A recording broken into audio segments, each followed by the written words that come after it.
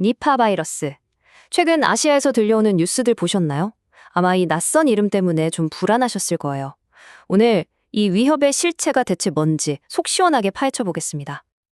맞아요. 헤드라인만 보면 정말 공포 그 자체죠. 치사율 75%, 백신 없음. 이 두 단어만으로도 우리의 불안감은 최고조에 달하잖아요. 그래서 가장 중요한 질문이 바로 이겁니다. 이 니파 바이러스가 제2의 코로나가 돼서 또다시 우리 세상을 멈추게 할까요? 지금부터 그 답을 한번 같이 찾아가 보시죠. 이 모든 이야기의 시작은 아시아에서 울린 하나의 경보였습니다. 대체 지금 상황이 어떻길래 이렇게 전 세계가 주목하고 있는 건지 먼저 한번 들여다 볼게요. 자, 우선 팩트부터 확인해 보죠.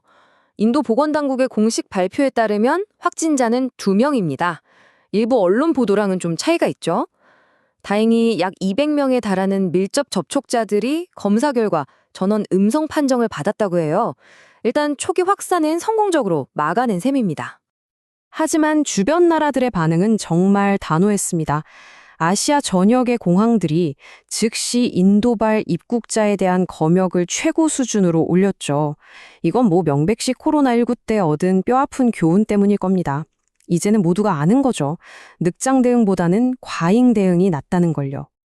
그렇다면 대체 니파 바이러스의 정체가 뭐길래 다들 이렇게 긴장하는 걸까요? 지금부터 그 바이러스를 한번 제대로 해부해 보겠습니다. 니파 바이러스는 동물에서 사람으로 옮겨오는 이른바 인수공통 감염병입니다. 1998년에 말레이시아의 숭아이 니파라는 마을에 있는 돼지 농장에서 처음 발견됐는데요. 그래서 그 지역 이름을 따서 니파 바이러스라고 불리게 된 거죠. 자, 이 그림이 니파 바이러스의 특징을 아주 잘 보여주는데요. 여기서 가장 먼저 우리 눈에 확 들어오는 것부터 한번 살펴볼까요? 네, 바로 이 75%라는 숫자입니다. 상황에 따라 다르긴 하지만 니파 바이러스의 치명률은 최대 75%에 달한다고 해요.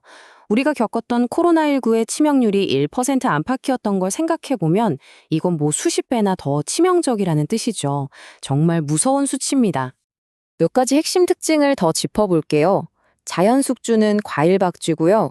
감염된 후에 증상이 나타나기까지의 잠복기는 보통 4일에서 14일 정도인데 길게는 무려 45일까지 가는 사례도 보고됐습니다. 한 달이 넘을 수도 있는 이 긴 잠복기 때문에 공항에서 단순히 열만 재는 걸로는 감염자를 걸러내기가 아주 어렵다는 문제가 생기죠. 초기 증상은 독감이랑 굉장히 비슷한데 심해지면 뇌염으로 진행돼서 혼수 상태에 빠질 수도 있습니다. 그리고 무엇보다 가장 치명적인 사실은 아직 승인된 백신이나 치료제가 없다는 점이에요. 아니, 이렇게나 위험한 바이러스인데 왜 전문가들은 팬데믹 가능성은 낮게 보는 걸까요? 자, 지금부터가 정말 중요한 현실 점검 파트입니다. 니파 바이러스는요, 딱 두 얼굴을 가졌다고 생각하시면 됩니다. 치명률은 보셨다시피 굉장히 높지만 전파력은 아주 낮아요. 바로 이 지점이 이 바이러스의 가장 큰 아이러니고요. 어떻게 보면 우리에겐 가장 다행인 점이라고 할 수 있겠습니다. 팬데믹 가능성을 이해하려면 우리가 R0, 즉 감염 재생산 지수라는 개념을 알아야 하는데요. 아주 간단히 말해서 감염자 한 명이 평균적으로 몇 명을 추가로 감염시키는지를 나타내는 숫자예요. 이 값이 1보다 작으면 그 유행은 저절로 사그라들게 됩니다. 이 그래프를 보시면 모든 게 명확해집니다. 전파력의 끝판왕이라고 불리는 홍역은 R0 값이 12에서 18이나 되고요. 코로나19 초기 바이러스는 2에서 3 정도였죠. 그런데 니파 바이러스는요, 겨우 0.48입니다. 감염자 2명이 힘을 합쳐야 겨우 1명을 감염시킬까 말까한 수준이라는 거죠. 바로 이 숫자 하나만으로도 전문가들이 왜 대규모 확산을 크게 우려하지 않는지 명확하게 이해가 되시죠? 하지만 전파력이 낮다고 해서 절대 안심할 순 없습니다.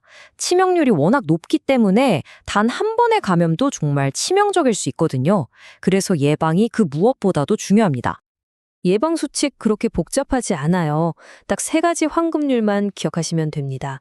첫째, 동물과의 접촉을 피할 것. 둘째, 음식을 조심할 것. 그리고 셋째, 개인 위생을 철저히 할 것. 아주 간단하죠? 이걸 좀 더 구체적으로 알아볼까요? 현지에서 생대추야자 수액은 절대 마시면 안 됩니다. 이게 바이러스 감염의 아주 주된 경로 중 하나거든요. 또 동물이 한 입 베어먹은 흔적이 있거나 땅에 떨어진 과일도 피해야 하고요. 모든 과일은 직접 깨끗이 씻고 껍질을 벗겨서 드시는 게 가장 안전합니다. 그리고 가장 기본 중에 기본, 비누로 30초 이상 손 씻기. 이건 절대 잊으시면 안 돼요. 그리고 이건 정말 중요한데요. 만약에 인도나 방글라데시 같은 발생 국가를 다녀온 뒤 14일 안에 열이 난다. 그러면 절대 바로 동네 병원이나 응급실로 가시면 안 됩니다. 혹시 모를 전파 위험을 막기 위해서 반드시 질병관리청 콜센터 1339나 관할 보건소에 먼저 전화를 걸어서 안내를 받으셔야 해요. 꼭 기억해 주세요. 자, 오늘 우리는 니파 바이러스라는 하나의 현상을 깊이 들여다봤습니다. 하지만 이건 단순히 바이러스 하나에 대한 이야기로 끝나지 않을지도 모릅니다. 니파 바이러스는 인수공통 감염병이라고 말씀드렸죠? 이건 결국 우리 인간의 활동 영역이 점점 넓어지면서 과거에는 만날 일조차 없었던 야생의 바이러스와 마주치는 일이 잦아지고 있다는 아주 강력한 경고 신호인 셈입니다. 그래서 마지막으로 이 질문을 한번 던져봅니다. 이런 새로운 바이러스의 출현이 그저 우연한 사고일까요? 아니면 우리가 자연과 맺어온 관계가 만들어낸 필연적인 결과일까요? 이제는 방역과 치료를 넘어서서 우리와 자연의 관계에 대한 근본적인 성찰이 필요한 시점인 것 같습니다.